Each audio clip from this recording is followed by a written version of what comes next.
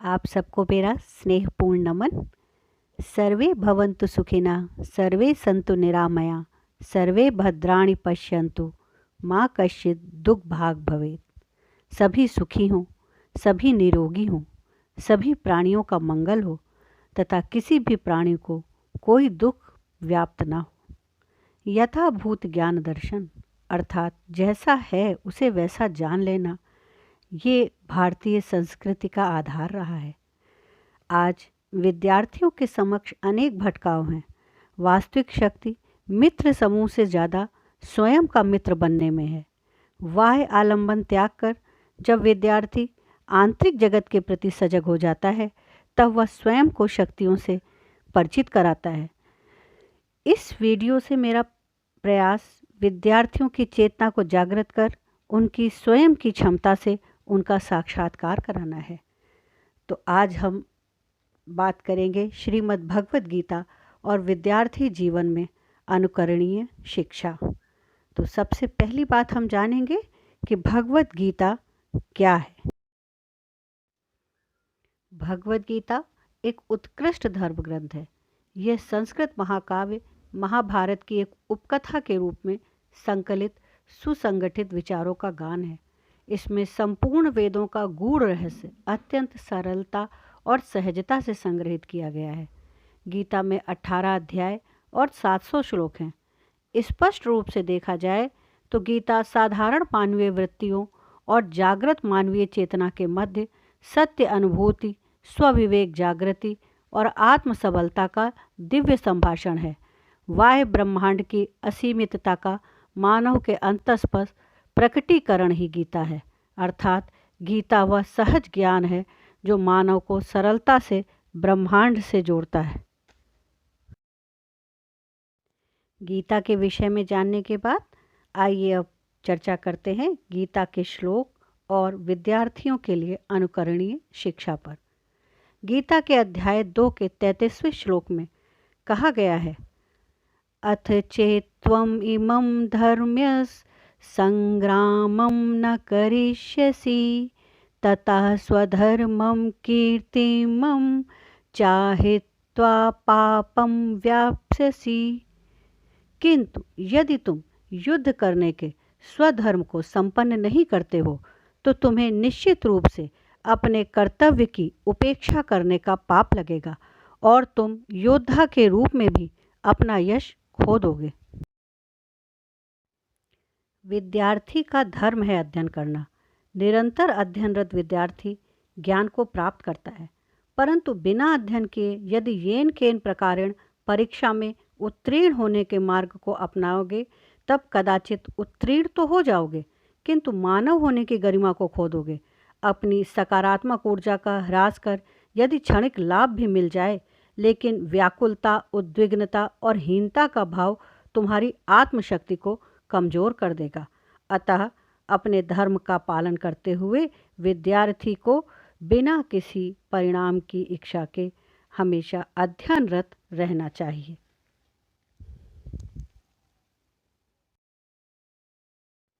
गीता का सर्व प्रचलित श्लोक अध्याय 2 श्लोक 47, कर्मण्येवाधिकारस्ते मा फलेषु कदाचन मा कर्मफल हेतुर्भो मार्ते संगो असत्व कर्मणि। तुम्हें अपना कर्म करने का अधिकार है, किंतु कर्म के फलों के तुम अधिकारी नहीं हो।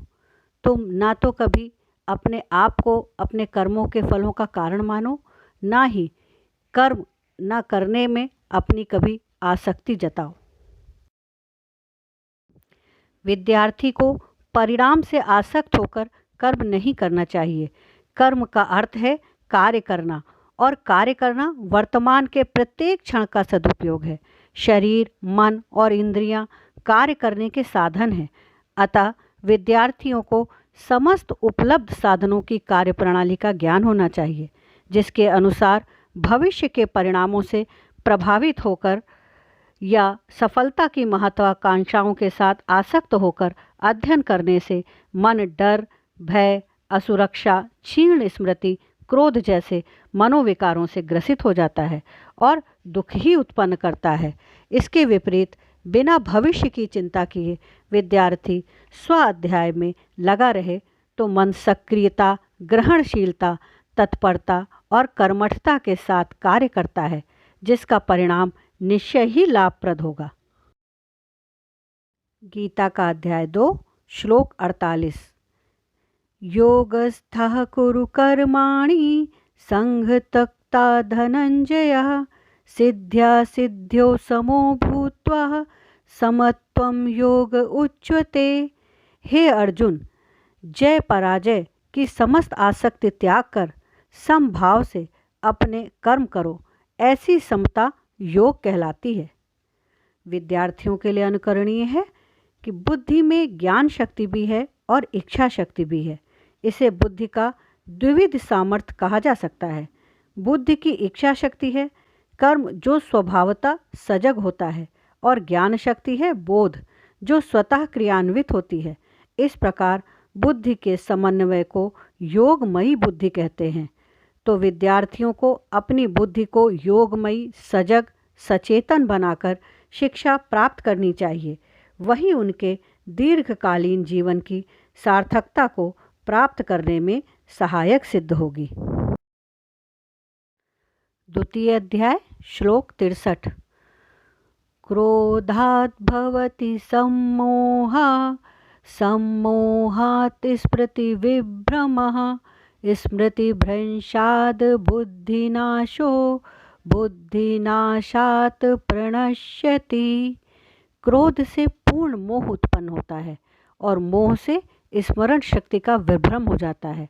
जब स्मरण शक्ति भ्रमित हो जाती है तो बुद्धि नष्ट हो जाती है, और बुद्धि नष्ट होने पर मनुष्य भवकूप में पुनः गिर जाता है। विद्यार्थियों को अपने मन की कार्य प्रणाली को समझना चाहिए। जब कोई इच्छा अपूर्ण रह जाती है या लोगों द्वारा अस्वीकृत कर दी जाती है तो मन में नकारात्मक भाव, क्रोध, ईर्ष्या, घृणा आदि उत्पन्न होने लगते हैं, और वही इच्छा जब स्वीकृत हो जाती है और पूर्ण हो जाती है तब सकारात्मक भाव, प्रेम, सौहार्द, दया, करुणा आदि जागते हैं। अर्थात इच्छा का त्याग करके कर्म करना चाहिए, क्योंकि विद्यार्थी का धर्म है अध्ययन करना। किंतु यदि विद्यार्थी किसी इच्छा के साथ अध्ययन करता है और इच्छा पूरी नहीं होती तो वह अध्ययन के मार्ग से भटक जाता है। क्रोध उसकी बुद्धि और ज्ञान दोनों का नाश कर देता है, और यदि इच्छा पूर्ण हो जाती है तो उसके अंदर अहंकार जाग जाता है, और अहंकार भी बुद्धि को उचित दिशा प्रदान नहीं करता। द्वितीय अध्याय 66 श्लोक। नास्ति बुद्धिरयुक्तस्य न चायुक्तस्य भावना न चाभाव्यतः शांतिर्शान्तस्य कुतः सुखम। जो कृष्ण भावनामृत में परमेश्वर से संबंधित नहीं है उसकी न तो बुद्धि दिव्य होती है और ना ही मन स्थिर होता है। जिसके बिना शांति की कोई संभावना नहीं है, शांति बिना सुख को हो भी कैसे सकता है। अनुकरणीय है विद्यार्थी को ज्ञान समर्पण भाव से प्राप्त होता है, परंतु अन्य विद्यार्थियों से ईर्ष्या, पढ़ाए गए पाठ पर संदेह तथा गुरु द्वारा दिए गए दंड पर अहंकार का उत्पन्न होना समर्पण की शक्ति को नष्ट कर देता है। यद्यपि गुरु के प्रति विद्यार्थी का समर्पण उसे ज्ञान के उच्च शिखर तक ले जाता है।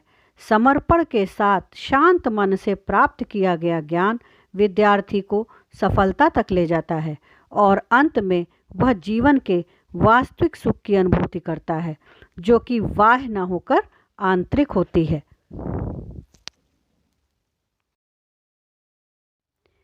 इकहत्तर श्लोक द्वितीय अध्याय।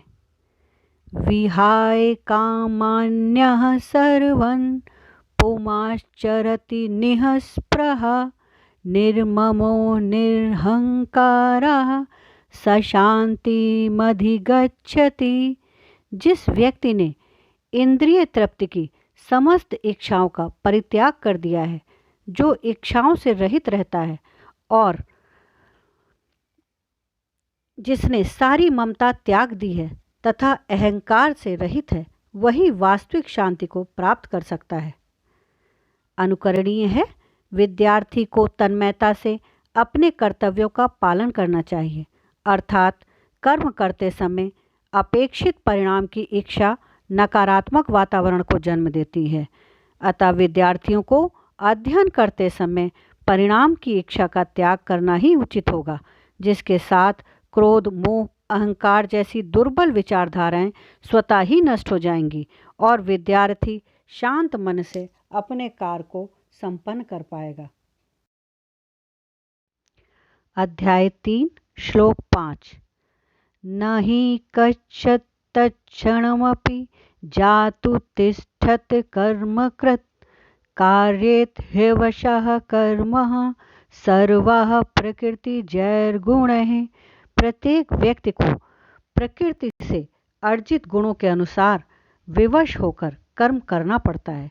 अतः कोई भी एक क्षण भर के लिए भी बिना कर्म किए नहीं रह सकता। विद्यार्थियों को यह विदित होना चाहिए कि कर्म करना प्रकृति का मूल है। जीवन न तो अतीत है न भविष्य, जीवन वर्तमान क्षण है। अतः वर्तमान क्षण में पूर्ण सजगता के साथ उपस्थित रहना ही कर्म है, जिसे अज्ञानतावश विद्यार्थी अतीत के अनुभवों से डरकर या भविष्य के संघर्ष की चिंता कर वर्तमान को समझ नहीं पाते, जबकि धैर्य और विश्वास के साथ व्यतीत किया प्रत्येक वर्तमान क्षण विद्यार्थी को सहज आनंद से भर देता है। अध्याय 3 श्लोक 8। नियतं कुरु कर्म त्वं कर्म ज्यायो ह्यकर्मणः शरीर यात्राणि च ते न प्रसीदयेद कर्मणा। अपना नियत कर्म करो, क्योंकि कर्म न करने की अपेक्षा कर्म करना श्रेष्ठ है। कर्म के बिना तो शरीर निर्वाह भी नहीं हो सकता। विद्यार्थियों का धर्म है विद्या प्राप्त करना। उसे जीवन संबंधी आवश्यक कर्म बिना मन की दुविधा में उलझे सहजता से करने चाहिए। यही कर्म ज्ञान की प्राप्ति में सहायक होगा।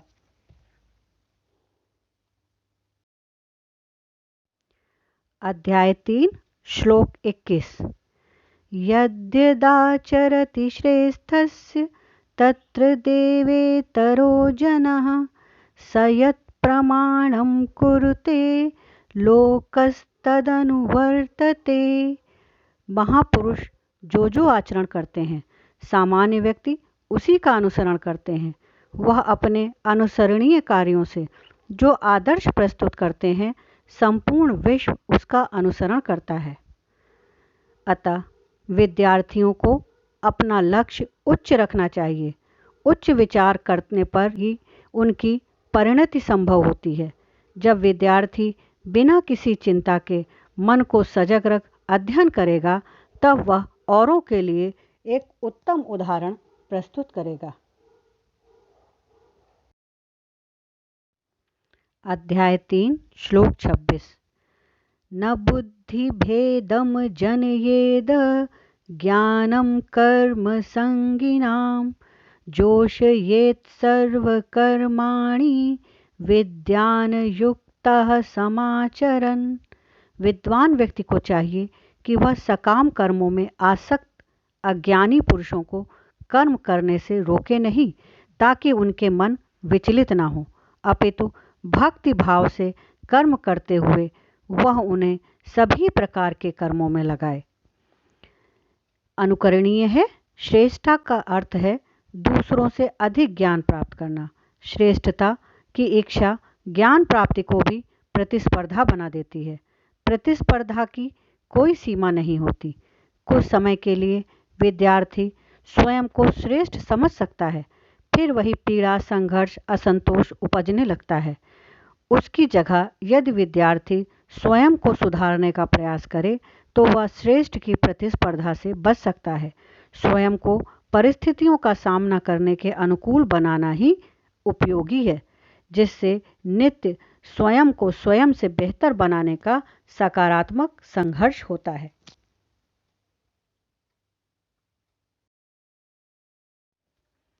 अध्याय 4 श्लोक 11।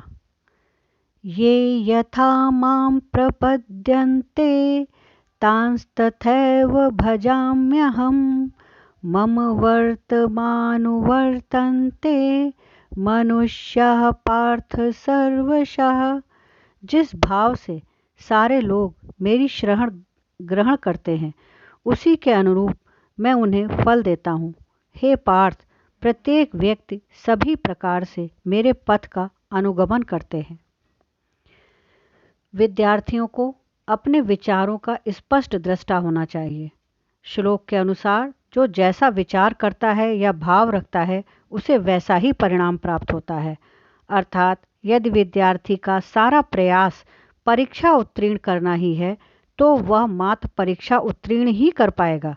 यदि वह 100% परिणाम के विचार के साथ परीक्षा देता है तो वह उच्च परिणाम प्राप्त कर सकता है।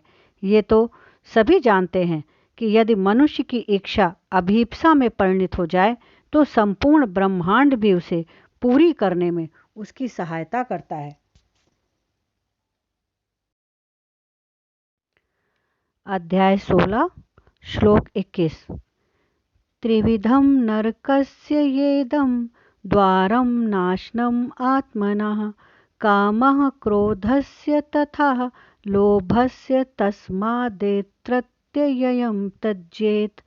इस नर्क के 3 द्वार हैं, काम, क्रोध तथा लोभ। प्रत्येक बुद्धिमान व्यक्ति को चाहिए कि इन्हें त्याग दें, क्योंकि इनसे आत्मा का पतन होता है। विद्यार्थियों को 3 दुर्बलताओं से दूर रहना चाहिए। पहली है क्रोध, दूसरी है वासना और तीसरा है लालच। क्रोध को जानें और उसको प्रेम में रूपांतरित करें। आत्म संयमी बने तथा लालच का परित्याग करें। निष्कर्षतः ये समझा जा सकता है कि श्रीमद् भगवद गीता विद्यार्थियों के लिए आज भी अमृत कुंड के समान है, जिसकी एक ही बूंद ग्रहण करके वह अपने तन, मन और आत्मा को सशक्त बनाकर सफलता प्राप्त कर सकता है। गांधी जी ने गीता को निस्वार्थ कर्म का सुसमाचार तथा आध्यात्मिक शब्दकोश कहा है। भगवद गीता का निष्काम कर्म, निस्वार्थ सेवा पर बल महात्मा गांधी के लिए एक प्रेरणा का स्रोत था। अपने विद्यार्थियों से अपेक्षा है कि वो गीता से जुड़े हुए इस ज्ञान को समझने का प्रयास करें और इस लॉकडाउन के समय में आंतरिक निरीक्षण कर, आंतरिक अवलोकन कर एक पूर्ण और सशक्त युवा के रूप में देश सेवा के लिए आगे आएं। घर पर रहें और शारीरिक दूरी का ध्यान रखते हुए निसहाय लोगों की सहायता करें और अपने धर्म का उचित प्रकार से पालन करें, जहाँ धर्म से तात्पर्य धारण करना है, जीवन जीने की कला से है। धन्यवाद।